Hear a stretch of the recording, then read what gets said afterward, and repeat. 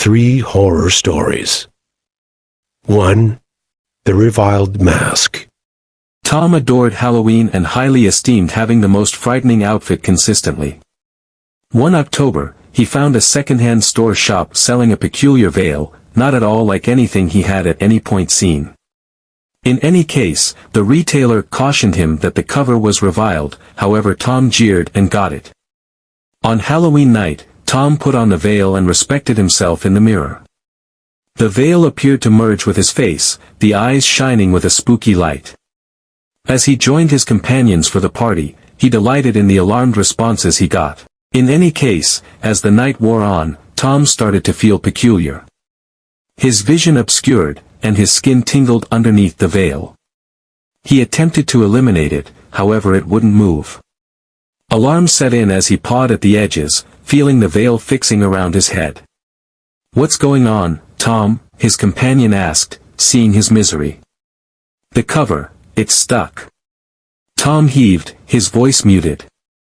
His companions attempted to help, however the veil appeared to have melded with his skin. Tom's breathing became worked, and his eyes moved back in his mind. The veil's eyes gleamed more splendid, and a vile giggle reverberated to Tom.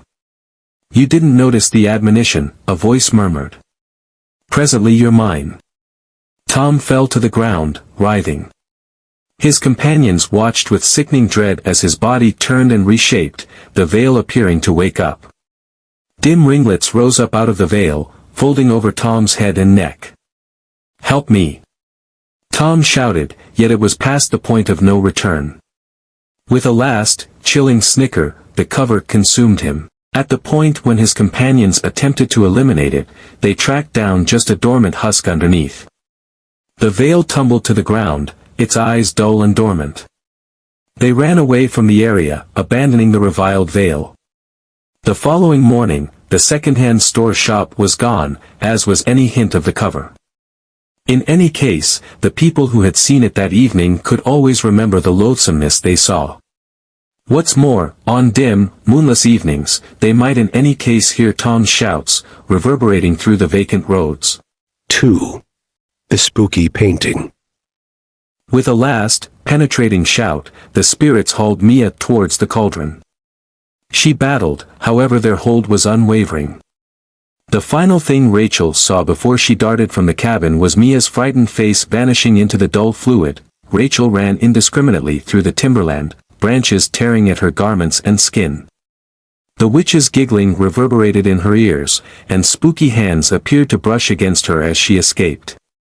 She at long last burst out of the timberland, imploding onto the wet ground, crying wildly. The residents tracked down Rachel the following morning, mumbling incomprehensibly about apparitions and witches. She at no point ever discussed what occurred in Ravenwood Woodland in the future. However, the spooky thoroughly search in her eyes let them know enough. The house and the woodland stayed an illegal spot, a dim sign of the results of wrong choices made on a blustery evening. Furthermore, on evenings when the breeze yelled through the trees, murmurs of Mia's shouts may as yet be heard, blending with the witch's vindictive chuckling, cautioning others to remain away. 3. The Storm Cellar Secret. Mark had forever been interested about the secured entryway in his grandma's storm cellar. She had tabooed him from truly going close to it, asserting it was for his own security. Be that as it may, one evening, while at the same time remaining at her home, Imprint's interest defeated him. He crawled down to the cellar, the air thick with dust and a peculiar, smelly scent. He bobbled through his grandma's keys until he tracked down the right one and opened the entryway. It opened up with a squeak, uncovering a limited flight of stairs plunging into murkiness. "Try not to make it happen," a voice murmured in his ear, however Imprint shook it off as his creative mind. He took a full breath and ventured inside, feeling a quick chill. As he plunged, the air developed colder and the haziness appeared to press in on him. At the lower part of the steps, he found a little room lit by a solitary, glinting light. In the focal point of the room was an enormous, old trunk. Mark wavered, however, at that point moved toward the storage compartment, lifting the weighty top.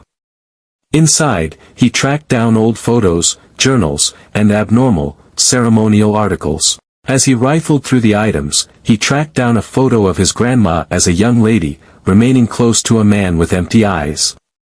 "What is this?" he mumbled, feeling a feeling of fear. Out of nowhere, the light glimmered and went out. Imprint's breath hitched as he heard the sound of strides behind him. He pivoted, his electric lamp shutter in his grasp. A shadowy figure remained at the lower part of the steps, its empty eyes looking directly at him. "You shouldn't have come here," the figure murmured. Mark stepped back, staggering over the storage compartment. The figure progressed, its presence choking. Mark attempted to run, however the figure's cold grasp shut around his throat. The last thing he saw was his grandma's photograph, the empty looked at man's face turned into an evil grin.